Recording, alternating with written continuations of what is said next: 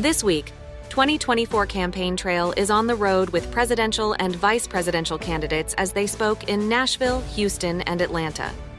Also, a look at the latest ads in the race, and a closer look with a reporter at the U.S. Senate race in Texas.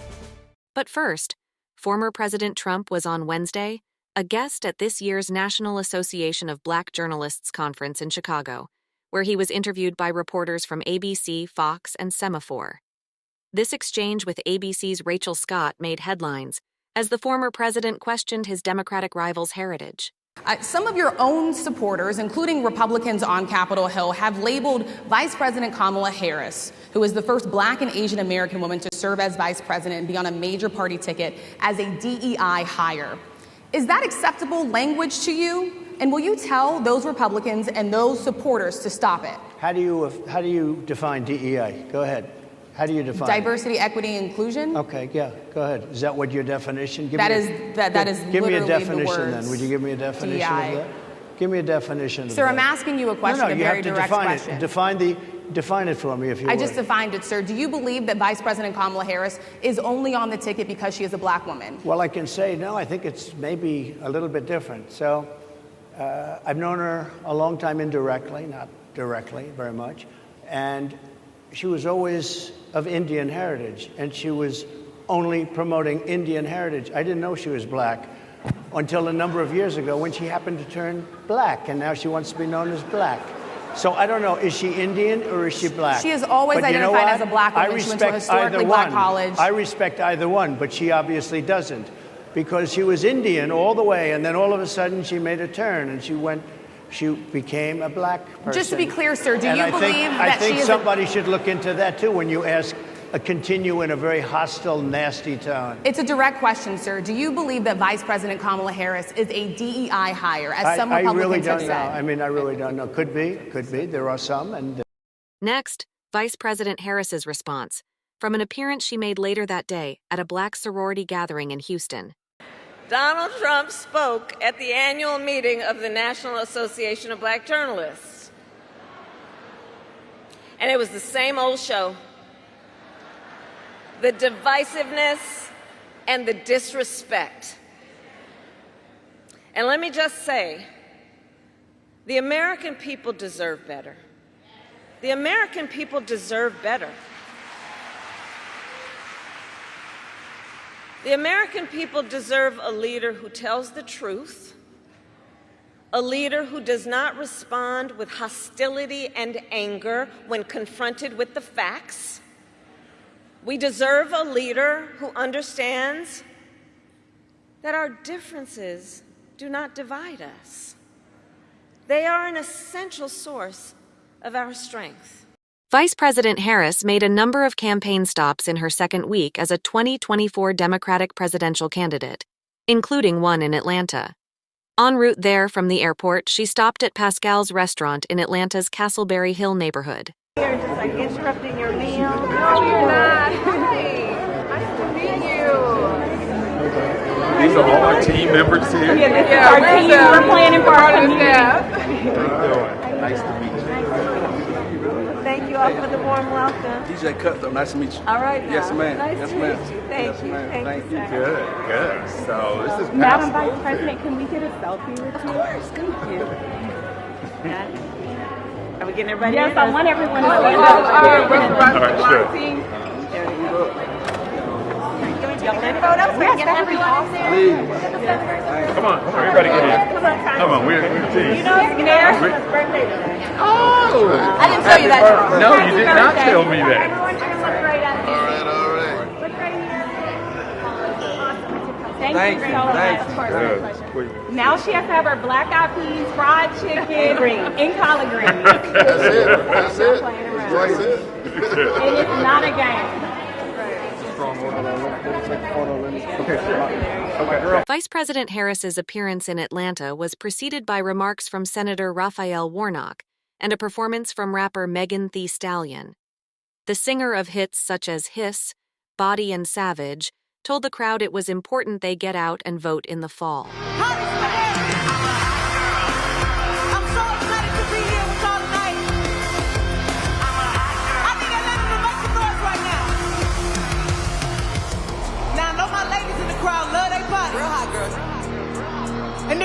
Keep loving your body. You know who to vote for. You know Lil Ju. Hey. Hey. Hey. Yeah. Big Mo. Lil Wayne. Hey. Hey. Hey. I need everybody in the crowd to make some noise for Miss Harris. Make some noise for Miss Harris. Our future president. Let's get this done, Atlanta. Let's get this done, Atlanta. Let me come over here and talk to y'all. Because the real savage is going to get out there and vote. I'm so happy to be here, Atlanta. We're about to make history with the first female president. The first black female president. Let's get this done, hotties. Hotties for Harris. Aye.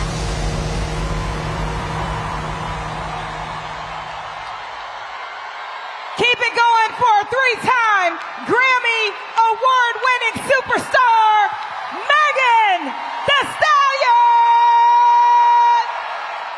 Vice President Kamala Harris's first week of campaigning brought in $200 million, the Harris for President operation told reporters. It also prompted a new wave of ads from both the Harris and Trump campaigns. Next, one ad from each campaign that started airing in battleground states in recent days. On the border, the choice is simple. Kamala Harris supports increasing the number of Border Patrol agents. Donald Trump blocked a bill to increase the number of Border Patrol agents.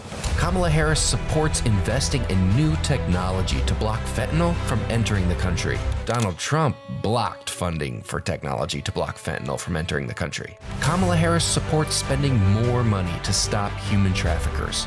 Donald Trump blocked money to stop human traffickers. Kamala Harris prosecuted transnational gang members and got them sentenced to prison. Trump is trying to avoid being sentenced to prison. There's two choices in this election: the one who will fix our broken immigration system, and the one who's trying to stop her. I'm Donald J. Trump, and I approve this message. This is America's border czar, and she's failed us. Under Harris, over 10 million illegally here. 250,000 Americans dead from fentanyl. Brutal migrant crimes. And ISIS now here. Do you have any plans to visit the border? You haven't been to the border. And I haven't been to Europe. I mean, I don't understand the point that you're making. Kamala Harris, failed, weak, dangerously liberal. Vice President Harris is also in the final days of choosing her running mate. She's expected to make the announcement ahead of Tuesday, when she'll start a 5-day tour with her running mate through critical swing states, including Georgia, North Carolina, Michigan, Wisconsin, Arizona, and Nevada. They'll kick it off on Tuesday in Philadelphia. Look for coverage of these events next week on the C-SPAN networks, on cspan.org, and on our free C-SPAN Now mobile app. Two of this year's presidential candidates, Republican nominee and former President Donald Trump and independent candidate Robert F. Kennedy Jr., made a stop at last weekend's 2024 Bitcoin conference in Nashville. Both men pitched themselves as champions of cryptocurrency, though Mr. Kennedy openly questioned the former president's commitment to crypto. Now, I'm very happy to learn that I'm not the only one talking about Bitcoin in this year's election. Nothing could make me more joyful than to see other political leaders now jumping on the Bitcoin bandwagon.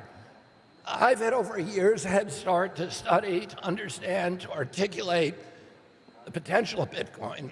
And my goal as the first Bitcoin president will be to enact policies that will make America the world's greatest representative for Bitcoin and a proponent of its democratic values. I grew up assuming that America would always maintain its status as the world leader, the leader of the free world. But ever since the collapse of the Soviet Union in 1993, we've paradoxically been moving in a declining spiral away from that role. Hubris military adventurism, and corruption have put America's political and economic power in precipitous decline. Our dollar is rapidly losing its reserve currency status because we've weaponized it against other countries. When we disagree with the policies of another country, we kick them off the SWIFT system and we debank them. As a predictable result of that strategy, the BRICS nations are now in the process of de-dollarizing by getting off the petrodollar.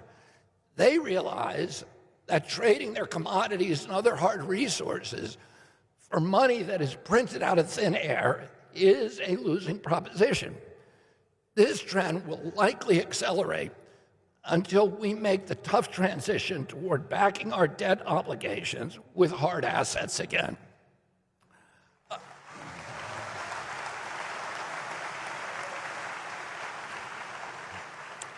I have a plan to strengthen the U.S. dollar and lower the interest rates and neutralize our $34 trillion debt by backing U.S. Treasury bills, notes, and bonds with hard assets, including a combination of precious metals and Bitcoin.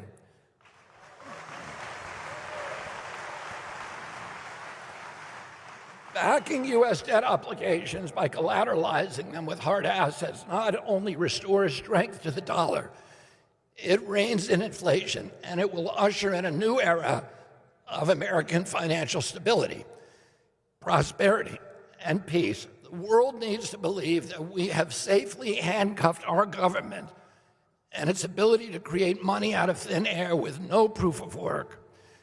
The innovative strategy that I'm proposing leverages the scarcity and liquidity of Bitcoin, along with gold and other hard assets, to restore the dollar's dominance in global finance. The world will rush to adopt an American-backed, decentralized currency that cannot be confiscated by governments, that can be traded and transacted on cell phones at the speed of light across every global border with no banking fees or other transactional friction. This incorruptible currency will immediately start pulling wealth and assets from every other nation around the globe back into the United States, restoring the strength of our dollar and repairing our balance of payments. Next, some of former President Trump's speech at the Nashville Bitcoin conference. Ultimately, my promise to each and every one of you is this: I will be the pro-innovation and pro-Bitcoin president that America needs and our citizens deserve. This will be one industry, but this will be a thriving industry, a great industry, and I'm going to be doing the same thing for every other industry also. Our nation has never thrived by trying to censor new ideas and shut down the dreams of our people. America always plants our flag on the next frontier and pushes boldly ahead. We have to do that. We haven't been doing that for a long time, especially the last 3.5 years. It's gone the exact opposite. Those of you in this room inherit the legacy of generations of American pioneers and patriots, risk-takers and renegades who settled this continent, built the modern world, and lived on the bleeding edge. You live on a bleeding edge. You do know that, Bitcoiners, don't you? You are the modern-day Edisons and Wright brothers and Carnegies and Henry Fords, and what you do in your lifetime stands a chance to outlive us all and inspire humanity for generations to come. This will go down as a very important day in the history of your industry.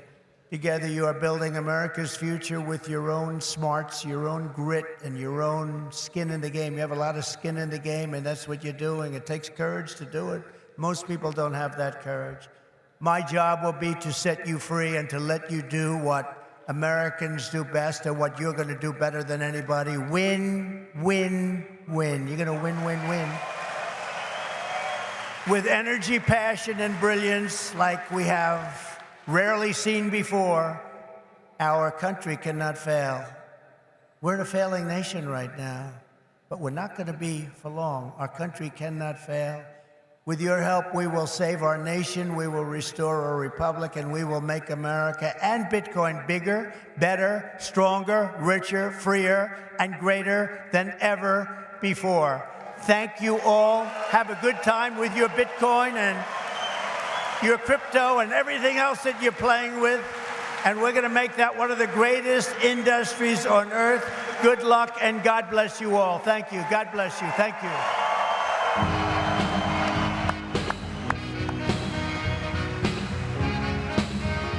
2024 Republican vice presidential nominee Senator J.D. Vance was also out on the campaign trail this week, speaking at rallies in Nevada and Arizona. He also visited the U.S.-Mexico border in Arizona on Thursday. Next, some of his remarks during that visit. It's hard to believe until you see it with your own eyes just how bad the policies of the Kamala Harris administration have been when it comes to the southern border.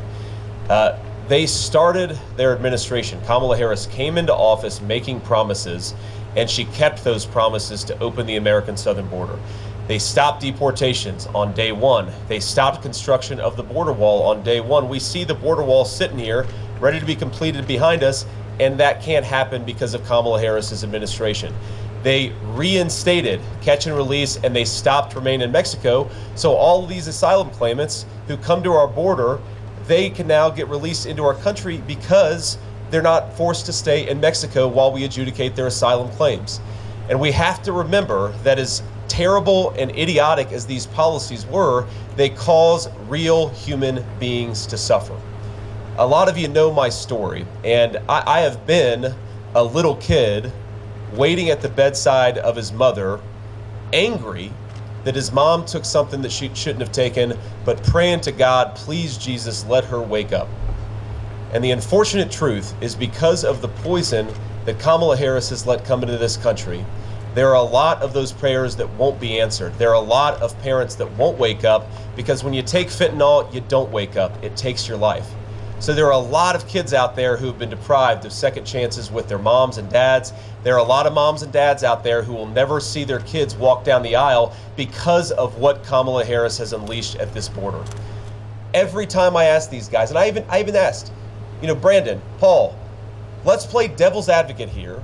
Tell me, has Kamala Harris done anything you've asked her to do? She is the border czar. Has your border czar done anything you've asked her to do? And the answer is no.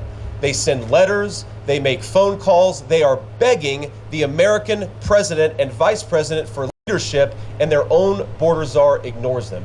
That is a scandal, that is a disgrace, and to every American watching this, it will stop, but only if you elect Donald J. Trump president in just a few months. God bless you guys. Senator Ted Cruz is considered one of the Democrats' top targets in the U.S. Senate races this year. Here to talk about Representative Colin Allred's attempts to replace Senator Cruz is Jasper Scherer. He is a politics reporter with the Texas Tribune. Jasper, what's been the theme of this race from both the Democrat and Republican? Well, there are a few things going on, but one common thread is that both candidates are kind of trying to position themselves as sort of the bipartisan, sort of reasonable, legislator or would-be legislator, and trying to paint their opponent as sort of a partisan warrior who is representative of the gridlock we're seeing in Congress. Sort of I guess Colin Allred is sort of leaning into Ted Cruz's well-known reputation as sort of this right-wing fighter, especially on immigration, a big topic in Texas, sort of pinpointing Cruz as one of the roadblocks, in the failure, going back to the 1980s, but even more recently, stopping bipartisan immigration reform. On the other hand, Ted Cruz has been trying to kind of define Colin Allred. He's still pretty, he's not very widely known outside his congressional district in Dallas. So right now, Cruz is kind of trying to paint him as sort of an acolyte of Joe Biden, and then more recently Kamala Harris. And so that's really, both folks trying to position themselves as bipartisan and, paint the other as sort of the right wing or left wing boogeyman. These two politicians are fairly well known to C-SPAN audiences, but how do Texas voters view Senator Cruz and Representative Allred? Well, I think one point to remember is that in poll after poll, Cruz is actually one of the more popular of statewide voters. He ranks as one of the more popular statewide officials in Texas. His favorables are it's very polarized, but he typically, if you compare him to John Cornyn, his Senate counterpart, he's just a lot more popular with the Republican base. That's always been, that's a big part of what rescued him in his close scare against Beto O'Rourke in 2018. The rural voters really came out in full force to save him and make the margin of difference there. So, I think Republicans, that's one of his big strengths, is they see him as this fighter who's going to, be uncompromising for their beliefs. On the other hand, Allred, like I mentioned, he's still, I think, kind of trying to, define himself on his own terms, make, folks in Houston, everywhere outside of Dallas just simply aware that he exists. And then also, trying to sort of hone the argument that same, that same reputation that Cruz has that endears him so much to his base is part of what has, ground Congress to a standstill. So I think that's sort of what we're seeing now with 100 days to go. You wrote this piece recently for the Texas Tribune talking about how Representative Allred was taking an unusual tack for Democrats, at least this cycle, in bringing up immigration at some of his campaign events. Can you tell us more about your reporting on that? What's been his approach, and how is that kind of molding itself to what voters in Texas are looking for this cycle? Yeah, definitely. So immigration and the border sort of, they're two separate topics, but also, interrelated, consistently, again, rank among the top issues for Texas voters, just in terms of their concerns, what they're thinking about. So, and on the other hand, Democrats just have not, in statewide races, really developed an effective messaging strategy. They haven't really defined what they want to do, and they have a difficult task. They're kind of two opposing camps in the party, to sort of oversimplify things, but it's a very tough and complicated issue for Democrats to be running on. But I think Allred, what we've seen from him, sort of in the early days of this campaign, is he's trying to define what he supports. If he's Senator Colin Allred, here's the legislation that I would introduce, or that would be my ideal framework. He's talked about specific bills. Veronica Escobar, a representative from El Paso, introduced a bipartisan bill that he has co-sponsored. So sort of laying out a mix of, sort of border security or more restrictive measures, combined with, much needed reforms. You could argue which reforms would be best to pursue, but we all know that there needs to be some sort of reform to the legal immigration system. He's talking about that a lot, and then also just what to do with the 12 million plus folks who are in the country with undocumented status. So he's trying to talk about these things more intentionally than I think than Beto O'Rourke did in 2018 or in his 2022 run for governor against Greg Abbott. And then Ted Cruz, on the other hand, is I was talking about how he's trying to position himself as sort of this newly bipartisan kind of legislator, and basically his argument is that he can kind of walk and chew gum at the same time. He can be this fighter for GOP principles while also working with moderate Democrats, what have you. And the border is one of those issues, border and immigration, where Cruz has been talking about just making what he sees as more reasonable proposals, kind of piecemeal changes below the surface that maybe get slipped into a budget bill and folks don't really recognize. So that's sort of how immigration is playing out so far, and I know it's going to dominate the rest of the campaign all the way up until the election. You mentioned the 2018 Senate race in Texas with Beto O'Rourke. A lot of outside money coming from outside Texas into that race. Democrats were really hoping to turn it. Are we looking at something potentially similar where there's a lot of outside money coming into this race?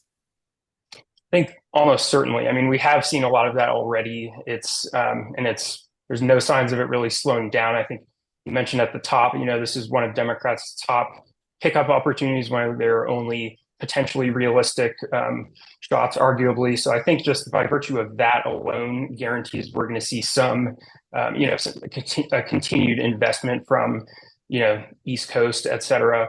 I think it's also kind of just par for the course for any top of the ticket Texas race these days. I think there have been some exceptions, when in that 2018 race, when Beto O'Rourke was at the top of the ticket, the Democrat running against Governor Greg Abbott, that cycle struggled to fundraise. That was not seen as viable of a race. Just, to name one example, donors will sit out races in Texas that they don't see as competitive. But generally speaking, if there's, a big name at the top of the ticket and, they don't just drag Joe Smith off the street to run as a Democrat, it's going to be tens of millions of dollars. It seems like every cycle we're breaking the records set in the last major race. So I think, especially if Kamala Harris is, I guess you'd call it a surge or kind of a resurgent rebound, if that continues and, Texas actually starts to look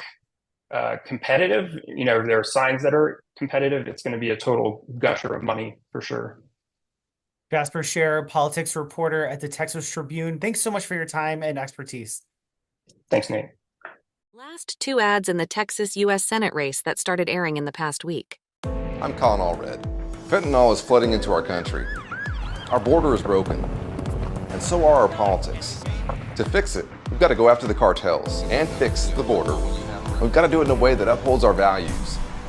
Values passed down from my grandfather, a customs officer in Brownsville. I stood up to Joe Biden on the border, and to extremists like Ted Cruz who prefer chaos to real solutions. I'm Colin Allred. I'm running for Senate to fix this problem.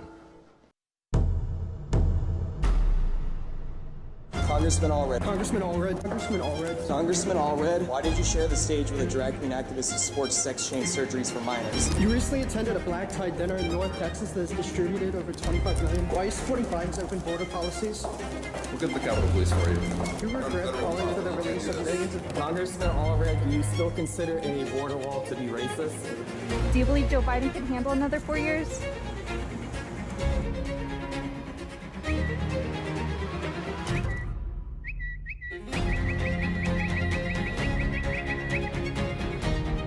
Why did you vote against condemning Biden's open borders policies after the murder of Blake and Riley?